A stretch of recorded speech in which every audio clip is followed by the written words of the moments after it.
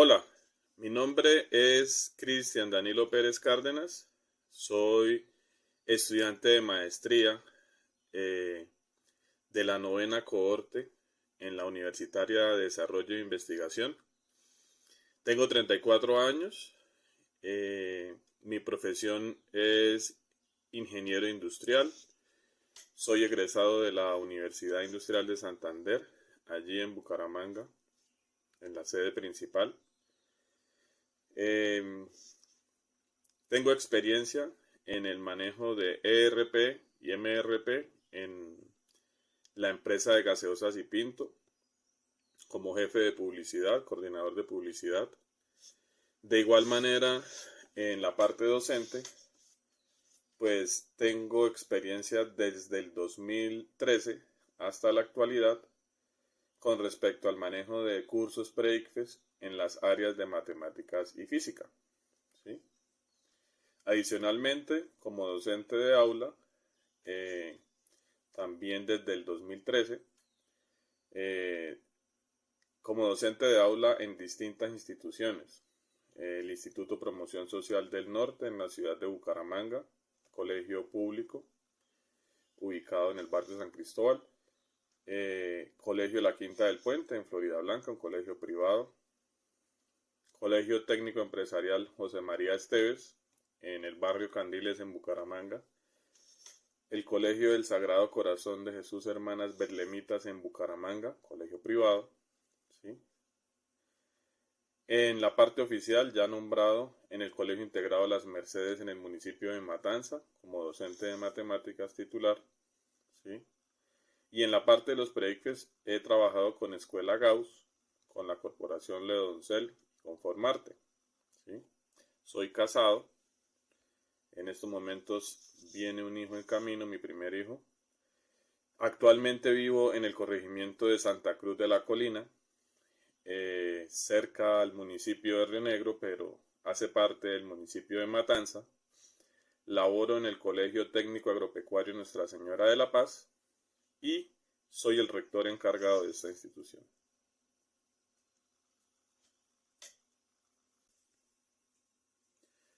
Bien, como actividad individual, en esta primera parte del curso, Ambientes de Aprendizaje Mediados por las TIC, me correspondió realizar una línea del tiempo basada en los contenidos de la unidad 1 de este curso, en la plataforma que manejamos.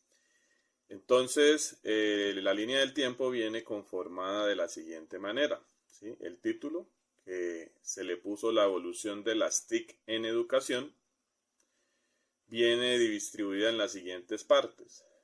En los antecedentes, en el momento de la web 1.0, luego el momento de la web 2.0, seguido de la web 3.0, luego la web 4.0 y finalmente la parte de las TIC emergentes o la educación emergente después de la 4.0, llamémoslo de esa manera. Y por último, en la infografía salen las referencias que se utilizaron teniendo en cuenta las normas APA para la realización de esta línea del tiempo con respecto a las consultas para la elaboración de este material. Vale la pena decir que también utilizamos la plataforma Canva para poder realizar este video que nos corresponde subirlo a YouTube y enviarlo el 16 de mayo antes de las 11:59 como actividad individual de este curso. De acuerdo, entonces con los antecedentes, pues hablar de antecedentes necesariamente uno debe tomar como referencia o algún tema o alguna fecha. Y en este caso de la evolución de las TIC en la educación, pues tenemos que hablar necesariamente de las TIC en sus versiones 1, 2, 3 y 4 y relacionarlas con la educación. Entonces, antes de hablar de la web 1.0 que se dio en los años 1990, ¿sí?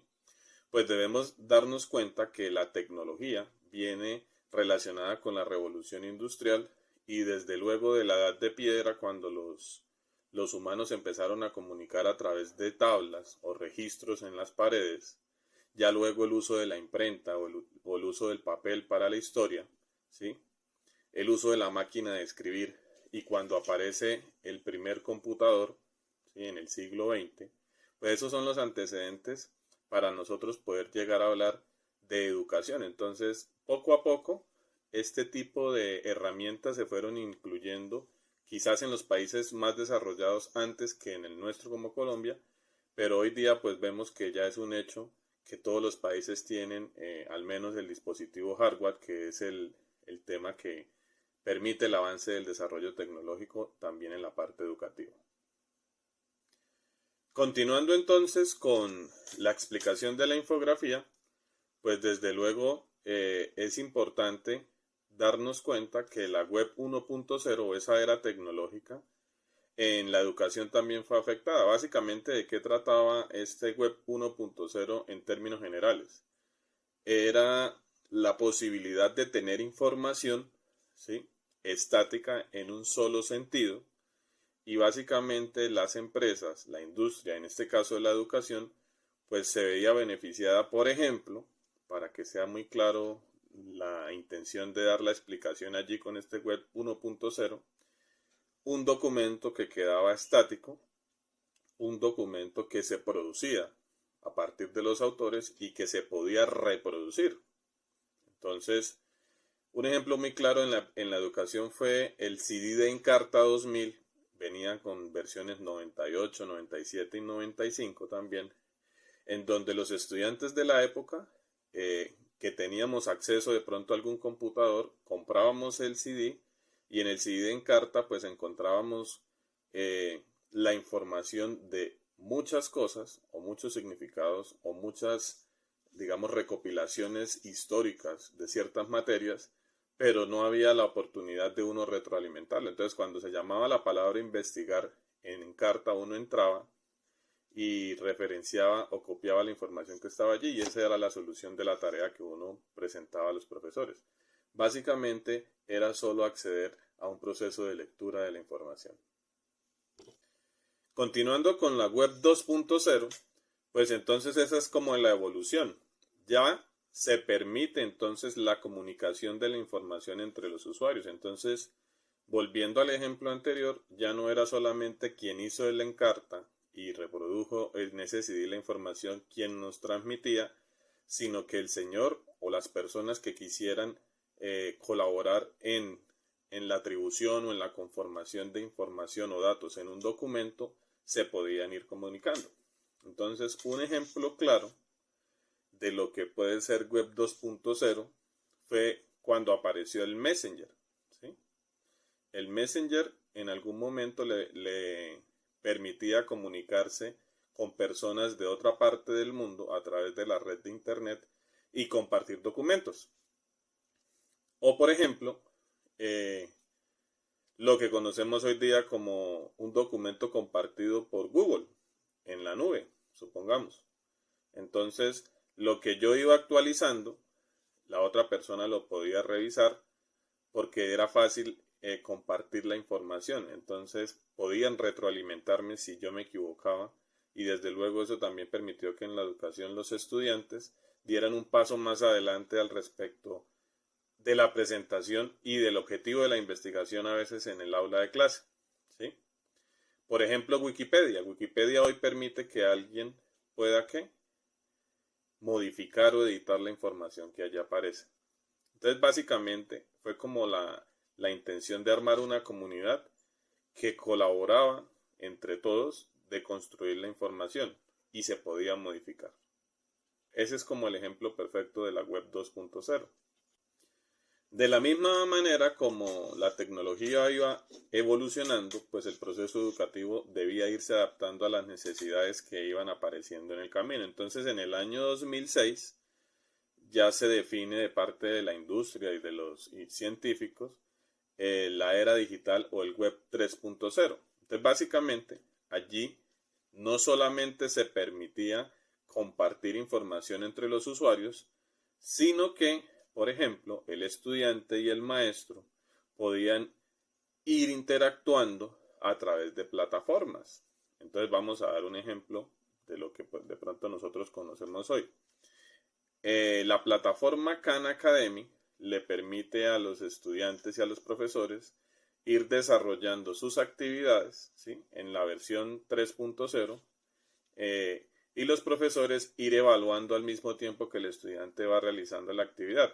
Y por ejemplo, acá ya aparece como un modelo más constructivista del modelo educativo, porque los estudiantes tienen acceso a muchas bases de información, ¿sí?, a fuentes de información, y entonces la investigación ya no se queda a ir a una encarta, a ir solamente a buscar en Google o en un motor de búsqueda, sino que a través de plataformas, bibliotecas digitales adheridas, por ejemplo, a distintas universidades, los grupos o semilleros de investigación tienen acceso a ella y pueden estar compartiendo a través de videoconferencias, por ejemplo, las experiencias académicas que manejan dentro de sus grupos de trabajo.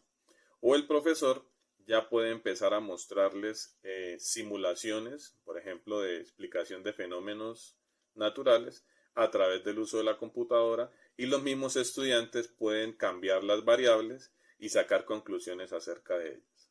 Entonces la web 3.0 fue como hombre, ya empezamos a utilizar nuestros teléfonos inteligentes, las computadoras y los teléfonos inteligentes empezaron a aparecer cada vez más con respecto a las aplicaciones, ¿sí? Y entonces la comunidad educativa empezó a avanzar un poco más rápido en la adquisición de los saberes, pero desarrolló otro tipo de competencias bajo la premisa de que todos tenían la conectividad suficiente. Y ya en la recta final, desde el 2016, básicamente la era digital o la parte tecnológica está en la web 4.0. Por lo tanto, la educación también se encuentra en esa era, ¿sí? Entonces, ¿cuál es la diferencia o cuál es el avance allí? El avance es que ahora las máquinas, los teléfonos, las computadoras, pues tienden a ser como un poco más al estilo del pensamiento humano. Entonces usted ve que, por ejemplo, a los celulares usted le dice, dependiendo del sistema operativo que tenga o del tipo de celular, por medio de su voz, que haga cierta búsqueda, ¿sí? A, a dichosas operadoras o nombres de personas como Alexa, como Siri, como el mismo Google, en donde uno les puede solicitar, por ejemplo, el resultado del partido de Bucaramanga contra el Real Madrid, supongamos, y le da un montón de resultados que uno en otras ocasiones o en otras eras pues tocaba esperar verlas por medio de la televisión. Ahora no, ¿sí? ¿Para qué sirve eso en la parte educativa? En la parte educativa, pues desde luego que es un avance muy grande porque los métodos y las formas de investigación prácticamente se aceleran, los tiempos se aceleran, entonces la información que teníamos que esperar muchos años en los grupos de investigación, en las publicaciones, las tenemos día tras día cambiando, ¿sí? Y a través de la web 4.0 o la educación en la web 4.0, pues por ejemplo aparecen los ciertos tipos de roles o ciertos tipos de plataformas que empiezan a realizar juegos de roles. Entonces la gente estaba acostumbrada a, por ejemplo, a ciertos tipos como de juegos como el Imperio, donde se iban avanzando en niveles. Ahora el proceso educativo se debe diseñar o se puede diseñar a través de plataformas, como por ejemplo como Khan Academy, donde el estudiante tiene primero acceso a un montón de herramientas dentro de la misma plataforma y luego el estudiante mismo va superando ciertos niveles y el mismo sistema le va diciendo en dónde se equivoca, dónde hay una pista para mejorar o cuáles son sus actividades de refuerzo. De tal manera que prácticamente es como una inteligencia artificial al servicio del proceso educativo. Ni se diga con la robótica, porque la robótica es el ejemplo más fiel en donde las máquinas prácticamente hacen cosas que los humanos estábamos acostumbrados a hacer y que ahora también ellos las. Y por último, dentro de la unidad 1 también se hablaban de las tecnologías emergentes. Entonces, pues recordando que una tecnología en educación emergente no necesariamente es que sea nueva, y por ser nueva no es que significa que sea emergente. Emergente, en nuestro caso, habla de algo que ya existe pero que se utiliza de una manera nueva en el proceso educativo. Entonces vamos a hablar, por ejemplo, de la plataforma que se utilizó en la pandemia, de las distintas plataformas, Zoom, Meet, ¿sí? Teams, que eran plataformas que ya existían, pero el uso que se les dio con, por ejemplo, tableros digitales, con cámara, con compartir pantalla, con permitir el acceso a un micrófono, ¿sí? Con compartir trabajo desde, por ejemplo, armar grupos desde la parte remota o la parte no remota y facilitar el aprendizaje de manera presencial o de manera no presencial. Ese tipo de tecnología emergente que ya existía, si se revisa la historia, las videoconferencias solamente se utilizaban básicamente, uno veía que eran en las películas o en las empresas grandes, pero eso ya se venía utilizando desde años atrás con distintos nombres.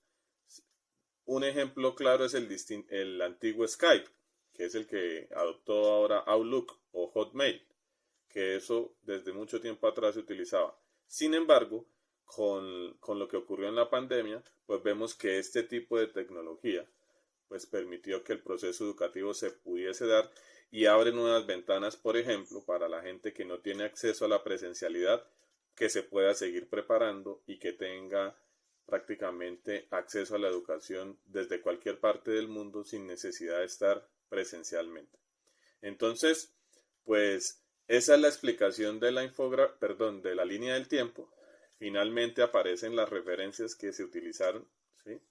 Y pues desde luego fue un trabajo interesante y esperando que pues ya nuestra actividad grupal que se viene a partir de creo que el día de mañana, de alguna manera nosotros podamos terminar de hacer en este curso y nos sirva para poder ir pensando ya en nuestro proyecto de grado. Muchas gracias.